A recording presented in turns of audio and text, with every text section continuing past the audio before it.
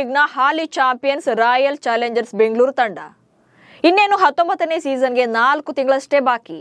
Mini action, trade window, swap deal ಅಂತೆಲ್ಲ ಫ್ರಾಂಚೈಸಿಗಳು ಬ್ಯುಸಿಯಾಗಿವೆ. ಹಾಗೆ ಆಟಗಾರರ ರಿಲೀಸ್ ಲಿಸ್ಟ್ ಕೂಡ ರೆಡಿ ಮಾಡ್ಕೊಳ್ತಿದ್ದಾರೆ. ಆದರೆ ಬೆಂಗಳೂರು ಟೀಮ್ ಫ್ಯಾನ್ಸ್ ಹರ್ಟ್ ಆಗುವಂತ ಸುದ್ದಿಗಳೇ ಹೊರಬೀಳ್ತಾ ಇವೆ. ಫ್ರಾಂಚೈಸಿ ಮಾರಾಟದ ಚರ್ಚೆ ನಡುವೆ ನೆಕ್ಸ್ಟ್ ಸೀಸನ್ಗೆ ಕ್ಯಾಪ್ಟನ್ ರಜತ್ ಪಾಟಿದಾರ್ ಇರಲ್ಲ ಎನ್ನುವಂತ ಬಿಗ್ ಅಪ್ಡೇಟ್ ಒಂದು ಹೊರಬಿದ್ದಿದೆ. ಹಾಗೆ ಜಿತೇಶ್ ಶರ್ಮಾನೇ ಕ್ಯಾಪ್ಟನ್ಸಿಯನ್ನ ಮುನ್ನಡೆಸುವಂತ ಸುಳಿವು ಸಿಕ್ಕಿದೆ. ಅದೆಲ್ಲಕ್ಕಿಂತ ಹಾಟ್ ಬ್ರೇಕಿಂಗ್ ನ್ಯೂಸ್ ಅಂದ್ರೆ RCB ಹೆಸರೇ ಚೇಂಜ್ ಆಗುತ್ತಾ ಎನ್ನುವಂತ ಪ್ರಶ್ನೆ ಮೂಡಿದೆ. ಹಾಗಾದ್ರೆ RCB ತಂಡದಲ್ಲ ಏನೆಲ್ಲ ಡೆವಲಪ್ಮೆಂಟ್ಸ್ ಆಗ್ತಿದೆ ಅನ್ನೋ ಬಗ್ಗೆ ಈ ವಿಡಿಯೋದಲ್ಲಿ ಮಾಹಿತಿಯನ್ನ ನೀಡ್ತೇನೆ. ನಾನು ಶಾಂತ. ನೀವು ಸುದ್ದಿಯಾನದ ಸಬ್ಸ್ಕ್ರೈಬರ್ ಆಗೋದಕ್ಕೆ ಮರಿಬೇಡಿ.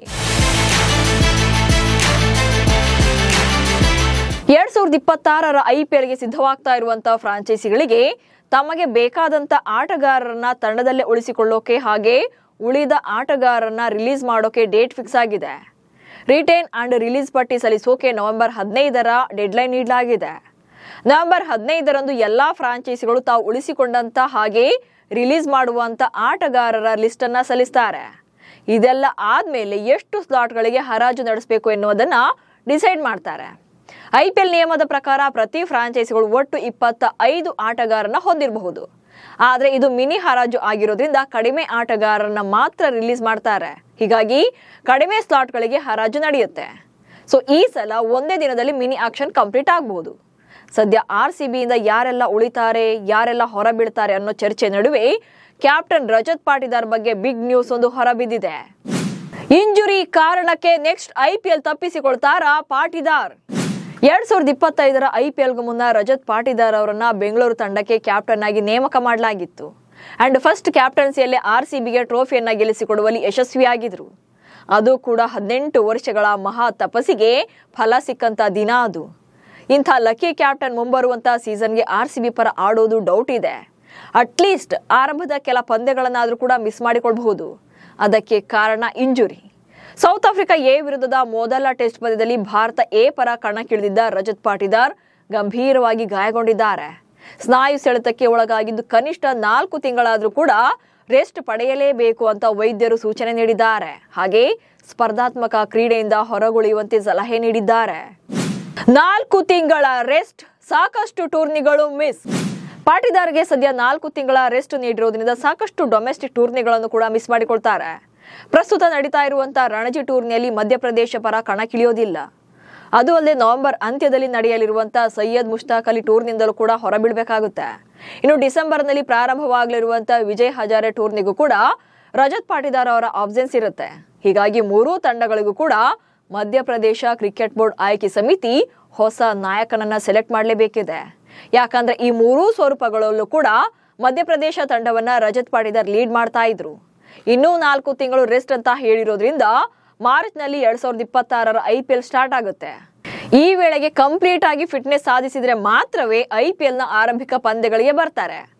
ಇಲ್ಲದೇ ಇದ್ರೆ ಆರಂಭದ ಕೆಲ ಪಂದ್ಯಗಳಿಂದಲೂ ಕೂಡ ಹೊರಗುಳಿಯುವಂತ ಸಾಧ್ಯತೆ ಇದೆ. ಅಥವಾ ಅವರ ಹೆಲ್ತ್ ಕಂಡೀಷನ್ ಅನ್ನ ನೋಡಿಕೊಂಡು ಕಮ್ಬ್ಯಾಕ್ ನಿರ್ಧಾರ ಮಾಡಲಾಗುತ್ತೆ. ಇನ್ನು 2025ರ IPLನಲ್ಲಿ ಪಾಟಿದಾರ್ ಅವರು 15 ಪಂದ್ಯಗಳಿಂದ 312 ರನ್ಗಳನ್ನ ಗಳಿಸುವಲ್ಲಿ ಯಶಸ್ವಿಯಾಗಿದ್ರು. ಹಾಗೆ 2 ಅರ್ಧಶತಕಗಳನ್ನ ಬಾರಿಸಿದ್ರು. ಪಾಟಿದಾರ್ ಇಲ್ಲದಿದ್ರೆ ಜಿತೇಶ್ ಶರ್ಮಾಗೆ ಕ್ಯಾಪ್ಟನ್ಸಿ. ಹಾಗೇನಾದ್ರೂ ರಜತ್ ಪಾಟಿದಾರ್ ಕಂಬ್ಯಾಕ್ ಲೇಟ್ ಆಯ್ತು ಅಂದ್ರೆ ಜಿತೇಶ್ ಶರ್ಮಾ ಕ್ಯಾಪ್ಟನ್ಸಿಯನ್ನು ವಹಿಸ್ಕೊಳ್ತಾರೆ. 2025ರ ಆವೃತ್ತಿಯಲ್ಲೂ ಕೂಡ ಪಾಟಿದಾರ್ ಇಂಜುರಿಯಿಂದಾಗಿ ತಂಡದಿಂದ ಹೊರಗುಳಿದಾಗ ಜಿತೇಶ್ ಶರ್ಮಾರೇ ತಂಡವನ್ನ ಲೀಡ್ ಮಾಡಿದ್ರು. ಅದರಲ್ಲೂ ಕೂಡ ಲಕ್ನೋ ವಿರುದ್ಧ ಲೀಗ್ ಹಂತದ ಕೊನೆ ಪಂದ್ಯದಲ್ಲಿ ಕ್ಯಾಪ್ಟನ್ ಆಗಿದ್ದಂತ Jitesh Sharma match winning performance ಕೊಟ್ಟಿದ್ರು. ಅಜೇಯ 85 ರನ್ಗಳ ಸ್ಫೋಟಕ ಇನ್ನಿಂಗ್ಸ್ ಆಡಿದ್ರು. ಸೊ ಪಾಟಿದಾರ್ಗೆ ಬ್ಯಾಕಪ್ ಕ್ಯಾಪ್ಟನ್ ಆಗಿ ಜಿತೇಶ್ ಶರ್ಮಾ ಲೀಡ್ ಮಾಡ್ತಾರೆ. ಇದೆಲ್ಲ ಒಂದ್ ಕಡೆಯಾದ್ರೆ ಅಭಿಮಾನಿಗಳ ಅಚ್ಚು ಮೆಚ್ಚಿನ RCB ಟೈಟಲ್ ಇತಿಹಾಸದ ಪುಟ ಸೇರುತ್ತಾ ಎನ್ನುವಂತ ಚರ್ಚೆ ನಡೀತಾ ಇದೆ. ಹೊಸ ಮಾಲೀಕರು ಬಂದ್ರೆ RCB ಹೆಸರೇ ಬದಲಾಗುತ್ತಾ? ರಾಯಲ್ ಚಾಲೆಂಜರ್ಸ್ ಬೆಂಗಳೂರು ತಂಡದ ಮಾಲೀಕತ್ವ ಶೀಘ್ರದಲ್ಲೇ ಬದಲಾಗಿದೆ. RCB ಫ್ರಾಂಚೈಸಿಯನ್ನ ಮಾರಾಟ ಮಾಡೋಕೆ ಈಗಾಗಲೇ ಪ್ರಕ್ರಿಯೆಗಳು ಆರಂಭವಾಗಿದ್ದು Diageo company men's and women's 2 ತಂಡಗಳ ಮಾರಾಟಕ್ಕೆ ಮುಂದಾಗಿದೆ. ಒಂದು ವೇಳೆ ಮಾರ್ಚ್ 31ರೊಳಗೆ ಮಾರಾಟ ಫೈನಲ್ ಆದ್ರೆ RCB ಹೆಸರು ಕೂಡ ಬದಲಾವಣೆ ಆಗುವಂತ ಚಾನ್ಸಸ್ ಇದೆ.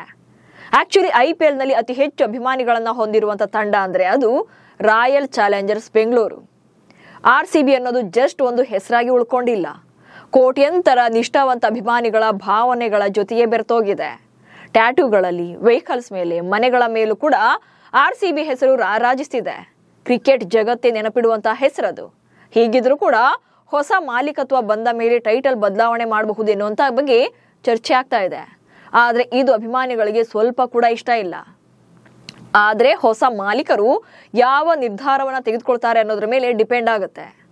ಒಟ್ನಲ್ಲಿ ಒಂದ್ ಕಡೆ ಕ್ಯಾಪ್ಟನ್ ಇಂಜುರಿ, ಇನ್ನೊಂದ್ ಕಡೆ ಫ್ರಾಂಚೈಸಿ ಮಾರಾಟ, ಇದೂ ಸಾಲದು ಅಂತ ಈಗ ಹೆಸರು ಬದಲಾವಣೆಯ ಸುದ್ದಿ. RCB ಫ್ಯಾನ್ಸ್ ಟೆನ್ಷನ್ ಆಗುವಂತ ಸುದ್ದಿಗಳೇ ಹೊರಬೀಳ್ತಾ ಇವೆ. ನಿಮ್ಮ ಪ್ರಕಾರ RCB ಹೆಸರು ಬದಲಾವಣೆ ಆದ್ರೆ ಒಪ್ತೀರಾ ಅನ್ನೋ ಬಗ್ಗೆ ಕಮೆಂಟ್ಸ್ ಮೂಲಕ ತಿಳಿಸಿ. ಹಾಗೆ ಸುದ್ದಿಯನ್ನ ಫಾಲೋ ಮಾಡಿ. ನಮಸ್ಕಾರ.